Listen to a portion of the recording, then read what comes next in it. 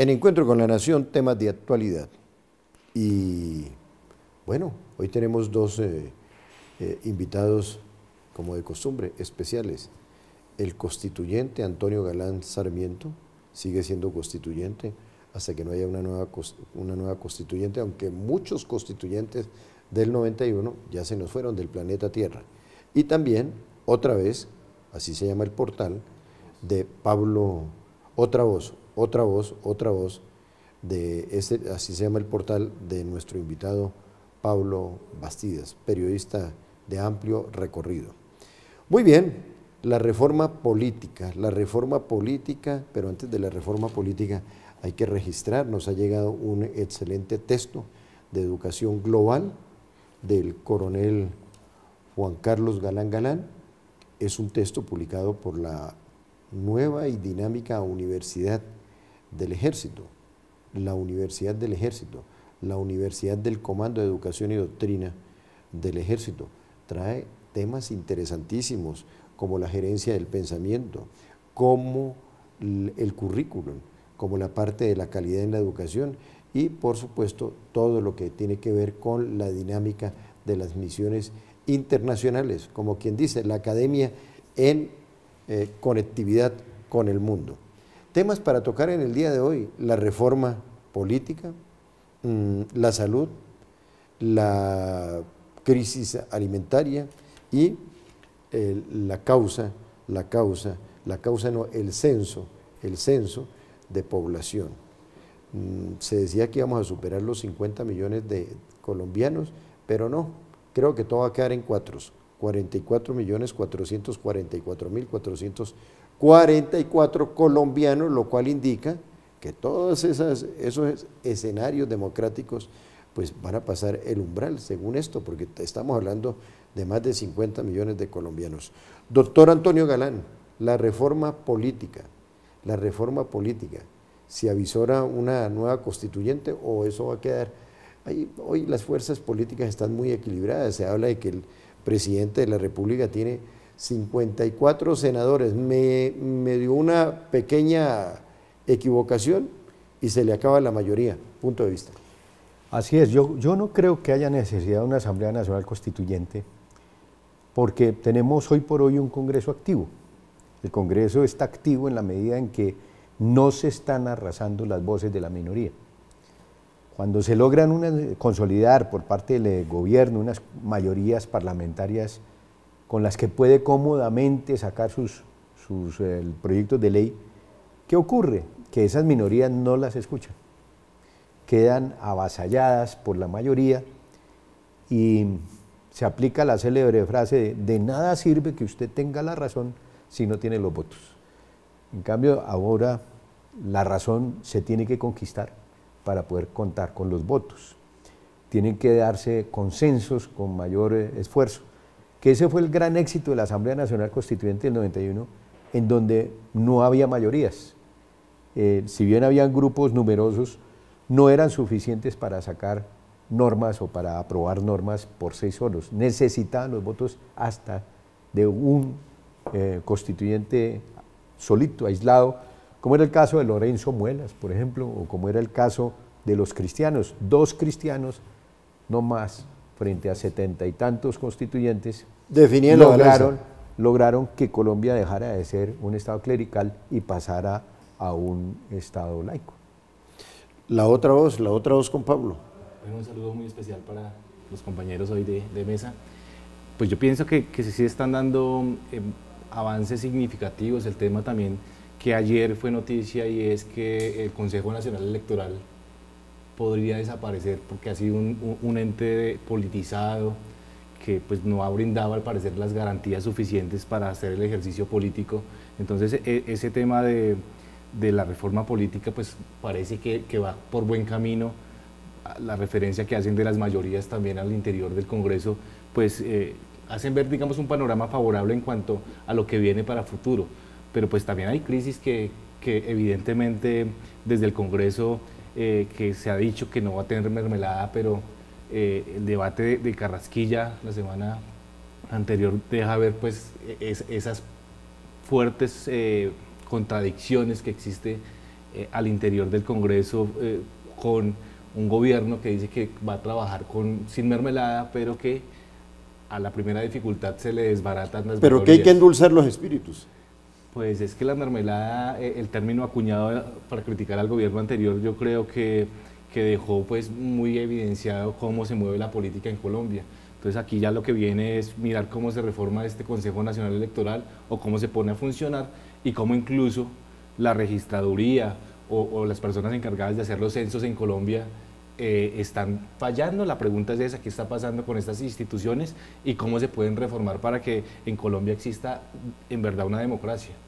Otra voz, doctor Galán. Mire, yo recuerdo en la Asamblea Nacional Constituyente, para hablar un poco de la relación política censo poblacional, que en la Asamblea Nacional Constituyente nos tocó aprobar el censo de 1985 para que a partir de ese censo de 1985 se pudiese distribuir la participación política de las regiones en el Congreso de la República. Fíjese, es una anécdota que traigo a colación porque no había un censo oficial sobre los cuales construir la representación de los departamentos y de los municipios.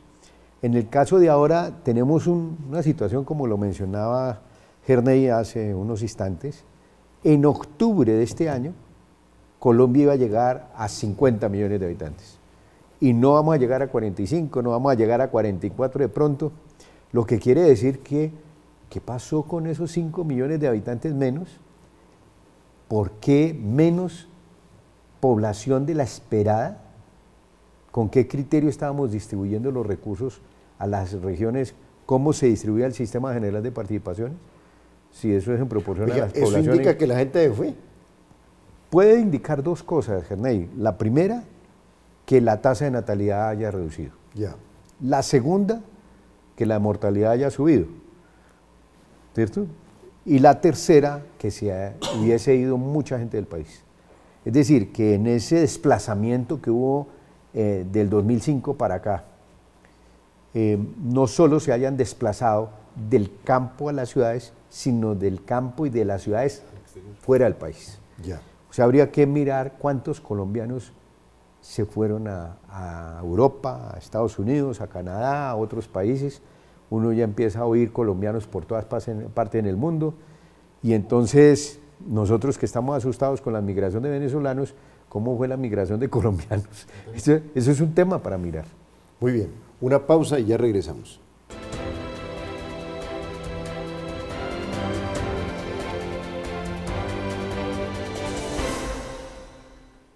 Bueno, retomamos el tema de la realidad poblacional de Colombia. Aspiramos en este nuevo censo a superar la población de un país pequeño comparativamente con Colombia, pero grande en materia de desarrollo económico, como es el caso de Corea del Sur. Un país más pequeño que cualquier departamento de Colombia.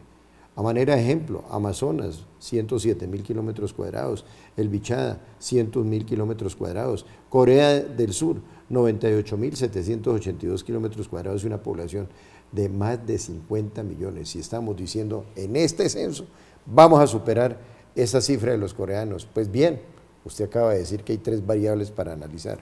Uno, que los colombianos, el control de la natalidad está funcionando. Ese pudiera ser uno. Pero no es por una cuestión programática, por una cuestión de planeamiento, sino una cuestión silvestre que se puede estar dando en el país. Primer punto. Segundo punto, que ya por cuestiones biológicas nuestra gente se está yendo.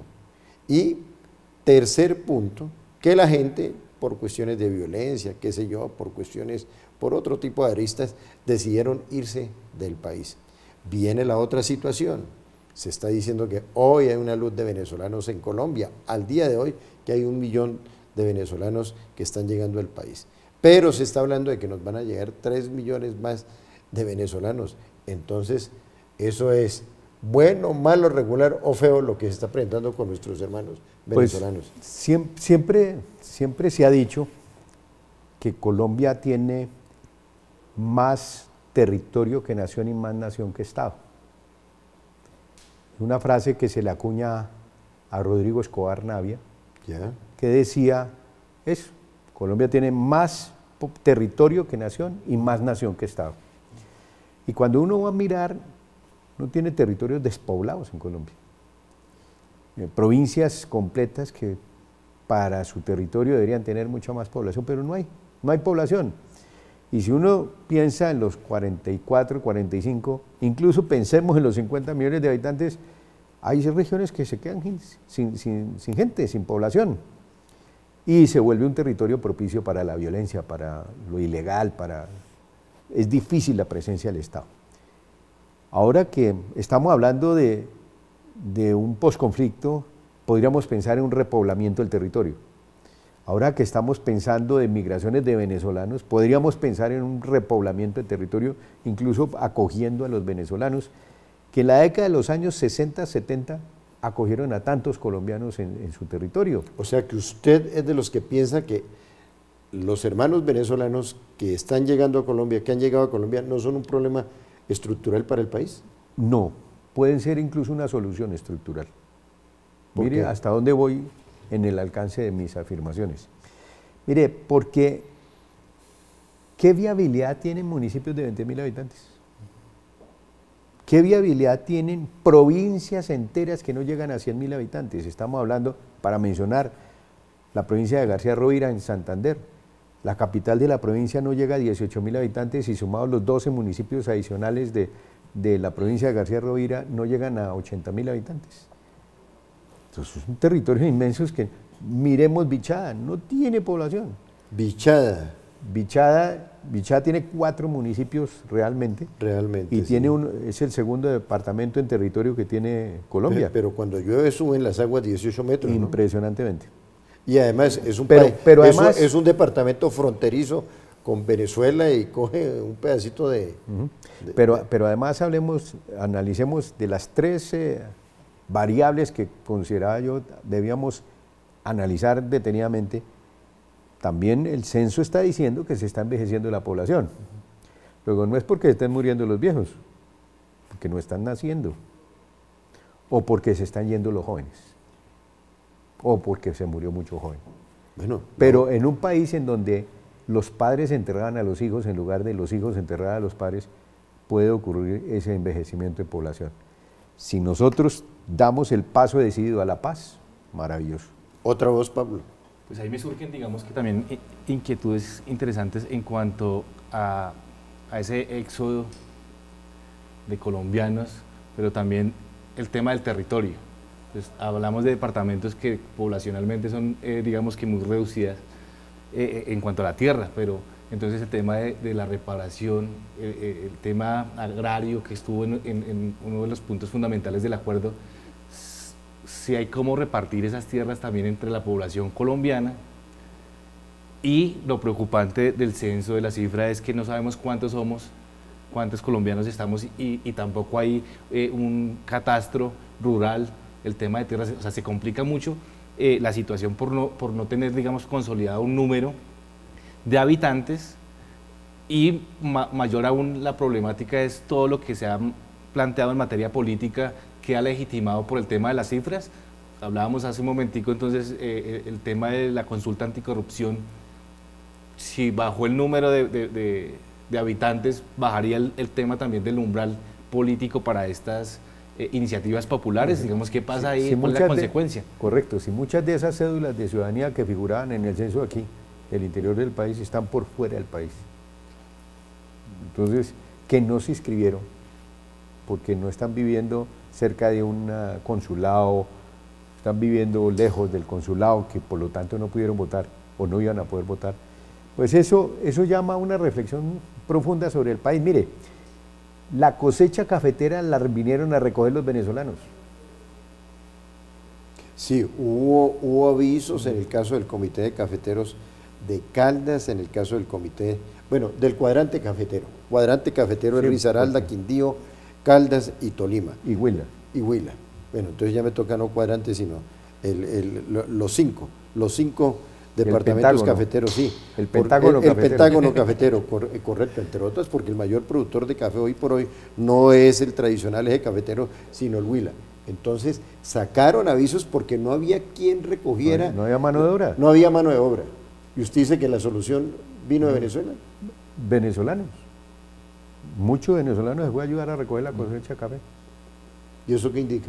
Eso indica que no nos debe asustar la migración de los venezolanos, que tenemos es que diseñar estrategias de Estado, de gobierno, para lograr acogerlos con el cariño, con la generosidad con que nos acogieron en el pasado y que ahorita necesitan ellos. Muy bien. Bueno, cambiemos ya de tercio. La crisis alimentaria. Se está hablando de que se pierden 9.7 toneladas y que hoy tenemos 3.2 millones de colombianos que padecen privación crónica de alimentos. Y además, aquí en este programa hemos dicho que Colombia debe convertirse en una verdadera despensa mundial de alimentos porque tenemos 30 millones de hectáreas ya listas para ser sembradas. Y aquí entonces uno pudiera decir que como lo tenemos todo no hacemos nada. Y no tenemos la gente para sembrar. Entonces, porque es que el campo se despobló. Es que analicemos objetivamente lo que pasó en el campo.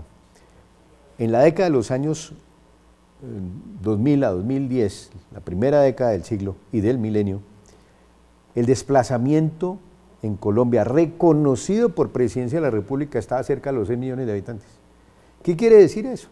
Que podrían ser más, pero hablemos de 6 millones de habitantes. ¿De dónde se fueron esos 6 millones? ¿De las ciudades a los campos? No se fueron. Fueron de los campos a las ciudades. El campo se despobló.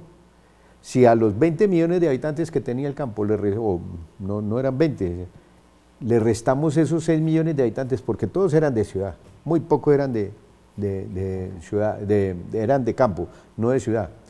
Entonces me parece que tenemos que hacer una reflexión profunda de hacia dónde canalizar las políticas públicas, orientar las políticas públicas para lograr desarrollo nacional armónico, porque si no vamos a seguir con una concentración de población en las grandes ciudades y un territorio abandonado. Deje ahí, doctor, deje ahí que nos vamos a una pausa.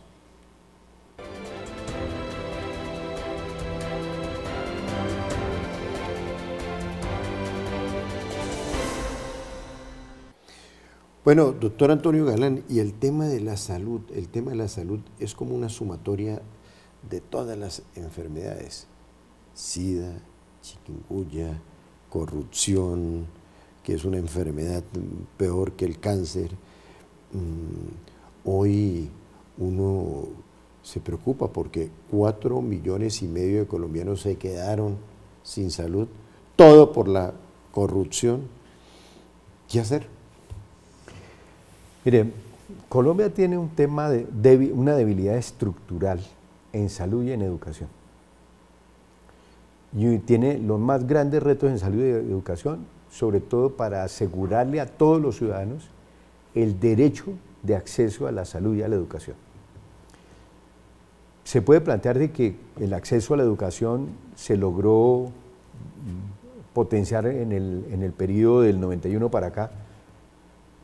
Ahora se están celebrando los 25 años de muchos colegios en Colombia que se abrieron con ocasión de los 9 años de educación básica gratuita y obligatoria a la que llegó la Constitución del 91, porque antes eran 5. Antes hacían la primaria y todos conformes. Y más en el campo. El campo estaba condenado a que no pasaba de quinto primaria. Había una frase que se acuñaba que decía: el campo ennegrece, empobrece y embrutece. Una frase que hizo carrera, desestimulando incluso la presencia en el campo. Pero para poder desarrollar el tema alimentario se necesita educación y salud para el campo. Y esa educación y salud para el campo no se da fácilmente. ¿Por qué? Porque Colombia tiene muchos municipios de menos de 20.000 habitantes, más de 800 municipios de Colombia, y ahorita con el censo probablemente se aumente el número de municipios de menos de 20.000 habitantes. Pongan la viabilidad financiera de un municipio de 20.000 habitantes, con un catastro desactualizado, con unas condiciones precarias, es una entidad territorial o en una autoridad municipal que depende del gobierno central, si no, no puede sobrevivir. Con esta radiografía o fotografía, Pablo, se necesita un cambio de modelo económico. Pues digamos que se puede replantear hasta dónde ha funcionado el tema del neoliberalismo en Colombia, el tema de los tratados de libre comercio, porque lo que sí es real es que en La Guajira se murieron 4.000 niños de hambre. Hace poco salió un informe también que pero pero se enriquecieron dos. Se murieron 4.000 niños, pero se enriquecieron dos. ¿Cuáles dos niños? No, se murieron 4.000 niños, pero se enriquecieron dos corruptos. Los dos que se quedaron con la Los dos plata. que se quedaron con la plata. Entonces, volvemos al tema pues, de la corrupción, el tema de la crisis de la salud, se habla de la crisis carcelaria, hacinamiento, se habla, ayer los jóvenes salieron a protestar también porque el tema de educativo parece que se acaba de hacer pilopaga. Entonces estructuralmente sí creo que le está pasando al país, porque nosotros como periodistas registramos una noticia y pareciera que no viene algo más grave, pero resulta que sí somos capaces de generar un escándalo como lo que pasó con el ministro Carrasquilla. Bonos de agua donde unos municipios se ven afectados y pues no pasa nada, no hay responsabilidad política y salen en defensa diciendo que esos funcionarios son probos. Entonces aquí la responsabilidad política yo sí creo que está sobre la mesa, no solamente en el campo de la salud, sino en todo lo que nos sucede, incluso en el tema del censo. O sea, algo está pasando, porque si no somos capaces de focalizar toda la información para empezar a trabajar con posibles soluciones, pues ¿a dónde vamos a parar? ¿A dónde va a parar Colombia? Pero miren esto. Voy a retomar lo que acaba de decir Pablo, pero miren, dos frases para que usted las contextualice. Toda situación es susceptible de empeorar, sería lo nefasto, pero una que nos puede dar moral. No hay mal que dure 100 años ni cuerpo que lo resista. Correctamente.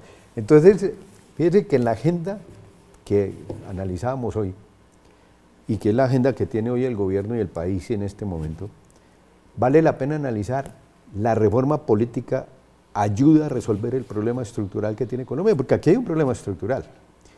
Yo quiero que, como reflexión, ya para seguirla desarrollando en programas posteriores, analicemos el caso de Bogotá-Cundinamarca.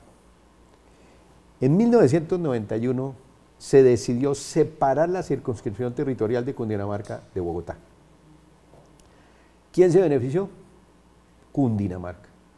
Porque en Cundinamarca se elegían diputados que todos eran de Bogotá.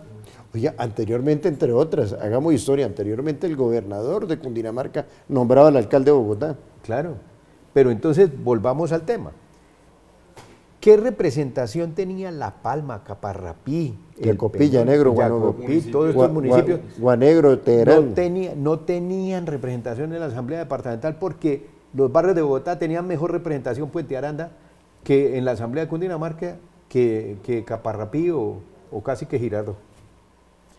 Bueno, esa separación de circunscripciones territoriales fortaleció mucho la presencia política en Cundinamarca.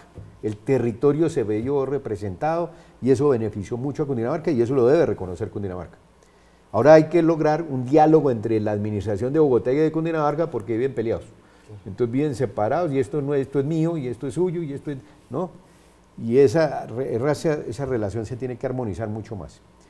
Pero si nosotros analizamos a nivel país, encontramos departamentos como Medellín, Antioquia, que el Valle de Aburrá concentra la representación de los antioqueños en la Cámara de Representantes, que en el Valle pasa lo mismo en torno a Cali, en Bucaramanga pasa lo mismo en Santander pasa lo mismo en torno a Bucaramanga, en el Atlántico pasa lo mismo en torno a Barranquilla, lo mismo en Cartagena. En el Tolima, en torno a Ibagué. Me parece que valdría la pena que en una reforma política repensemos mucho más uno de los primeros artículos, el primer artículo de la Constitución, que establece que Colombia es una república unitaria con autonomía de las entidades territoriales, y construir la reforma política para lograr satisfacer eso, la autonomía de las entidades territoriales con un fortalecimiento político institucional que permita el control en lo local de los dineros públicos y que se mantenga la unidad nacional.